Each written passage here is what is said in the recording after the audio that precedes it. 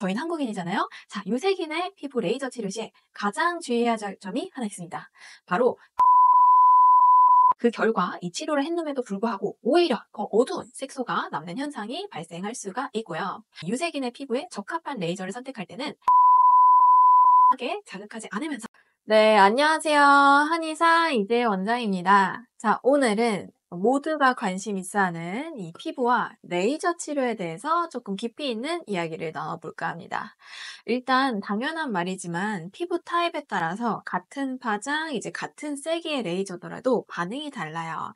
그래서 이 백인 분들과 우리나라 같은 이 유색인들의 이 피부가 어떤 차이가 있는지, 그래서 이런 차이가 레이저 치료에 있어서 어떻게 반영이 되어야 하는지에 대해서 이야기를 한번 나눠보도록 하겠습니다. 자, 한 번쯤 다들 들어보신 분들이 많이 계실 텐데, 피치 패브릭 피부 분류에 대해서 한번 들어보신 분들이 계실 거예요. 일단, 피치 패브릭 피부 분류는 피부의 이 멜라닌 함량과 이 자외선에 대한 반응을 기준으로 피부를 총 6가지 유형으로 나누는 분류법입니다. 그래서 주로 이 피부의 민감성을 평가하거나 이 레이저 치료를 할 때 약간 피부의 안정성을 결정할 때 사용되는 기준이라고 보시면 되는데요. 타입 1에서부터 6까지 나눠진다고 보시면 되고, 자, 1로 갈수록 피부가 밝고 자외선에 민감한 피부를 말합니다. 그래서 아무래도 이 백인분들은 주로 타입 1, 2, 3에 많이 속해 있고요. 이 U형의 피부는 멜라닌 함량이 적기 때문에 이 자외선에 대해서 굉장히 민감하고 어떻게 보면 일광 화상을 입기가 쉬운 특징이 있습니다. 자, 그럼 우리나라 같은 이 유색인들의 피부형은 과연 뭘까요?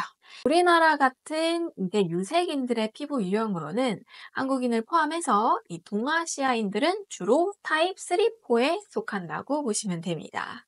물론 그 예외인 분들도 있겠죠. 피부가 막 하얗고 아니 약간 더 까무잡잡하고 하시겠지만 기본적으로 이 피부는 멜라닌 함량이 백인보다는 많아서 이 자외선으로부터 어느 정도 보호가 돼요.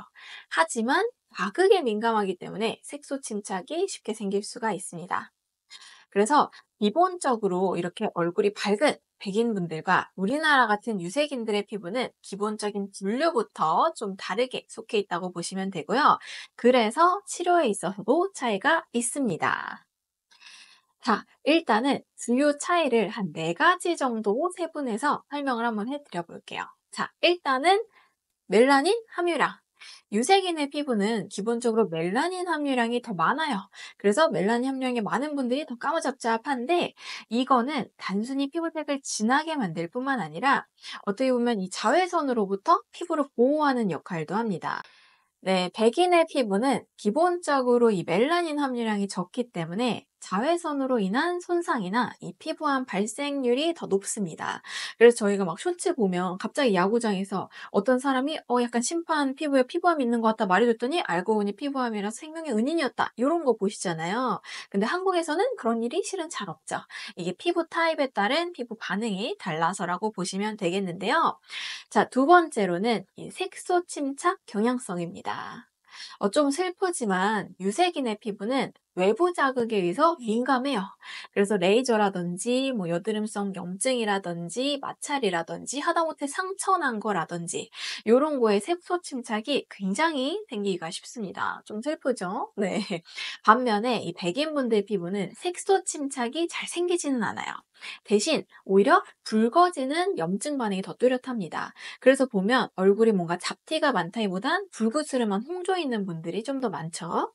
자, 다음으로 말씀드릴 건 바로 피부 노화의 차이입니다. 일단은 기본적으로 유색인과 백인의 피부는 이 노화의 과정 속에서 나타나는 문제, 즉 증상이 좀 다르다고 보시면 돼요. 아까 말씀드렸듯이 저희 같은 유색인의 피부는 자외선에 비교적 강하다고 말씀을 드렸잖아요. 하지만 이게 시간이 지나면서 색소 문제, 이를테면 기미, 주근깨, 색소 침착이 눈에 띄게 나타나기 시작을 하죠. 근데 이 백인의 피부는 자외선에 더 민감하고요. 실제로 저희가 명동에 있잖아요. 그래서 한 번은 미국 이 환자분들이 같이 오셨어요. 근데 한 분은 누가 봐도 백인의 얼굴이 하얗고 한 분은 약간은 까무잡잡한 약간 동양인 혹은 히스패닉 계열이시지 않을까라고 생각을 했는데 말씀하시는 게 굉장히 달랐어요. 약간 까무잡잡하신 분은 나 여기 잡티 없애고 싶다. 죽은 깨, 뭐 기미 요런 말씀을 하시고 약간 얼굴이 하얀 분들은 약간 이제 눈가에 이제 주름 요런 거를 많이 말씀을 하시더라고요. 또 모공 또 뭐 얘기하시기도 하고 이 탄력이 처졌다 요런 말씀을 많이 하세요. 그래서 생각보다 피부 타입에 따라서 고민이 다르구나 요런 걸 많이 느낄 수가 있었고요. 자, 이제 네 번째입니다. 네 번째는 바로 피부 장벽의 두께와 민감성이라고 보시면 되는데요. 유색인의 피부는 상대적으로 좀 두꺼워요. 그리고 피부 장벽도 좀 강해요. 그래서 건조하거나 예민한 피부 문제가 상대적으로는 덜합니다. 물론 여기 한의원까지 오시는 분들 보면 뭐 지루성 피부염이라든지 가렵다든지 따갑다든지 이런 분들이 계시긴 하지만 보편적인 경향으로 저희가 주변에 엄청 예민하진 않잖아요, 피부가. 하지만 이제 백인의 피부는 약간 얇고 민감한 경우가 많습니다. 그래서 기본적으로 건조감 호소를 많이 하시고 알레르기 반응도 자주 나타날 수가 있어요. 그래서 스킨 부스터 시술 이런 거 많이들 받고 가시는데 그래서 일단은 사람마다 특징이 다르지만 개중에 타고난 피부 타입에 따라도 다르다라고 생각을 해주시면 되고 당연히 유색인 피부지만 어떤 분들은 되게 밝고 어떤 분들은 약간 까무잡잡하시고 어떤 분들은 피부가 너무 얇고 어떤 분들은 튼실하시고 요런 거에 따라서 이 차이가 있다고 보시면 됩니다. 자, 그래도 어쨌든 저희는 한국인이잖아요. 자, 유색인의 피부 레이저 치료 시에 가장 주의해야 할 점이 하나 있습니다. 바로 염증 후 색소 침착이라고 부르는 PIH라고 보시면 되는데요. 기본적으로 멜라닌 함량이 많다 보니까 염증 후 색소 침착이 발생하기가 상대적으로 좀 더 쉽습니다. 네. 그래서 이 레이저 치료나 뭐 미세약초 필링이라든지 이런 외부 자극으로 인한 피부에 미세한 염증이 자꾸 생기면 피부가 처음에는 자가 재생을 하다가 스스로 보호하는 과정에서 과도하게 멜라닌을 생성하는 경우가 생깁니다. 그 결과 이 치료를 했음에도 불구하고 오히려 더 어두운 색소가 남는 현상이 발생할 수가 있고요. 그래서 기본적으로 이 유색인의 피부에 적합한 레이저를 선택할 때는 멜라닌을 너무 과도하게 자극하지 않으면서 적당한 치료 효과를 얻을 수 있도록 그 경계를 잘 맞춰서 치료하시는 것이 중요합니다. 그래서 저희가 사용하는 이 엔디아그 레이저의 경우는 긴 파장을 사용하기 때문에 피부 깊숙이 도달하면서도 멜라닌 자극이 많지가 않아요. 특히 색소치료, 혈관치료, 이 제모 등에서 사용을 할 때 유색인에게 안전하게 적용을 할 수 있어서 실제로 한국에서 많이 사용을 하고 있습니다. 또 반대로 이제 저희가 막 흉터 치료하러 오실 때 막 프락셀 받았어요 하시는 분들 많이 계시는데 프락셀 중에서도 CO2 프락셔널 레이저 요새는 많이 안 쓰지만 옛날에는 많이 썼었다고 하는데 그게 이제 표피에 강한 열 손상을 줍니다. 그래서 어떻게 보면 피부 재생이 잘 일어나면 효과가 굉장히 좋지만 잘못하면 유색인에게는 이 PIH가 발생할 위험이 높아서 신중하게 접근을 해야 한다고 보시면 되겠습니다. 네. 그래서 레이저는 이처럼 이 피부 타입에 대한 이해, 그리고 사용 술기, 약간 까다로운, 그리고 섬세한 이해가 좀 필요하고요. 다만, 제대로 사용하면 굉장히 좋은 치료 효과를 얻을 수 있다고 보시면 되겠습니다. 그래서 기본적으로 처음에는 너무 무리해서 하시면 안 돼요. 이제 과유불급이라 하잖아요. 너무 세게 한 번에 낫게 하겠다 하다가 문제가 생길 수 있으니까 처음에는 저출력으로 차근차근 적당히 상태 봐가면서 치료를 진행해서 나중에 피부 환자 반응에 따라서 점진적으로 강도를 조절하는 것이 좋습니다.